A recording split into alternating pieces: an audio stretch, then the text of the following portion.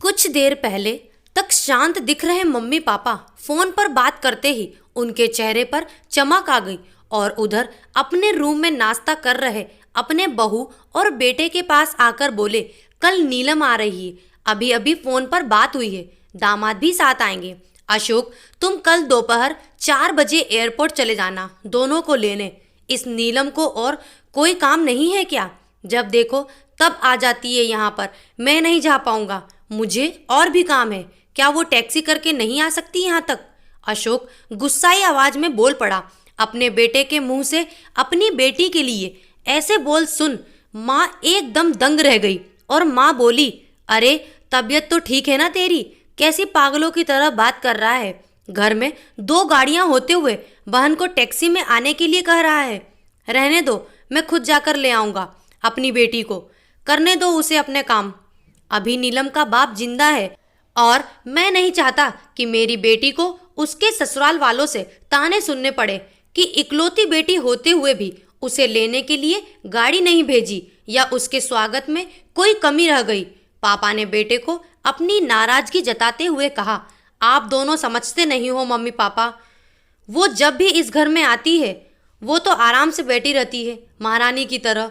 हम सबको उसकी आव भगत में लगना पड़ता है। मेरी पत्नी का तो पूरा दिन ही बहन और जीजा जी के आगे पीछे उनके ऑर्डर पूरे करते हुए निकल जाता है। गुस्से से अशोक बोला, आज क्या हो गया तुझे? कैसी बहकी बहकी बातें कर रहा है? बहन है तेरी, कोई पराई तो नहीं?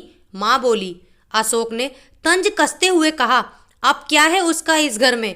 शादी में दे दिया था ना हमने जितना देना था, फिर क्यों चली आती है बार बार यहाँ पर? और हर बार बैग भर भर कर लेकर जाती है, वो अलग। आपको समझना चाहिए वो सिर्फ हमें लूटने आती है और कुछ नहीं। तुझे क्या, अगर वो यहाँ से थोड़ा कुछ ले जाती है तो ये सब मेरी मेहनत की कमाई है। चाहूं तो पूरा नीलम को दे दूं। पापा गुस्से से लगभग कांपते हुए बोले। अब अशोक अपनी आवाज धीमी करते हुए बोला, मैं कहाँ कुछ नई बात कर रहा हूँ मम्मी पापा। मैं तो वही बोल रहा हूँ जो मैंने बरसों से बुआ के साथ होते हुए देखा है। और आज अपनी बेटी के खिलाफ 2 शब्द क्या सुन लिए, आप तो गुस्से से लाल हो गए।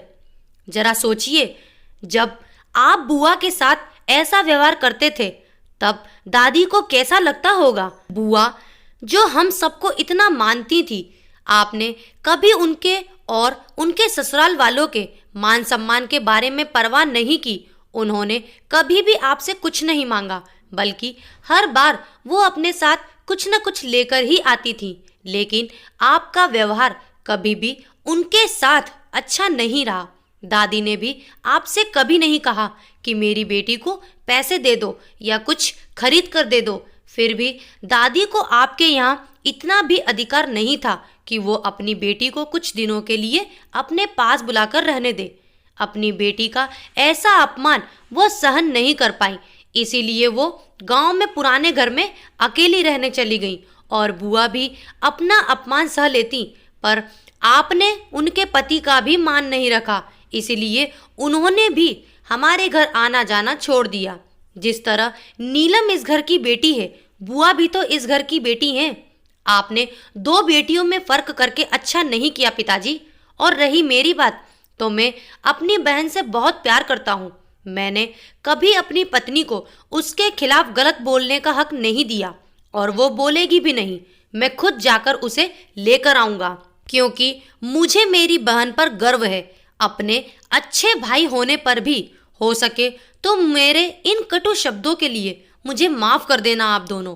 इतना कहकर अशोक अपने ऑफिस के लिए निकल गया।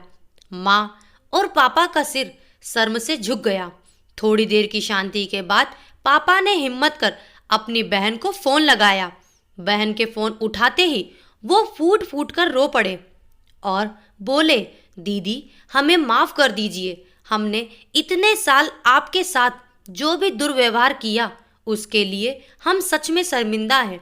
दीदी आपकी बहुत याद आ रही है, आप अपने घर आ जाइए हमसे मिलने। अगर आप कहें तो मैं आ जाता हूँ आपको लेने। दूसरी तरफ दीदी भी रो रही थी। वो भाई के इन थोड़े से ही शब्दों से पिघल गई थी।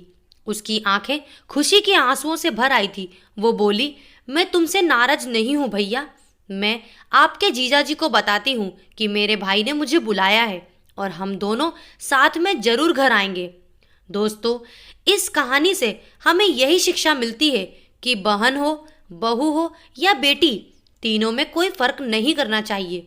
इन्हीं से घर की शोभा होती है और इन्हीं से घर खुशियों से भरा रहता है। दोस्तों, कहानी आपको कैसी लगी कमेंट बॉक्स में ज़रूर बताएं और लाइक करें, शेयर करें, सब्सक्राइब करना ना भूलें।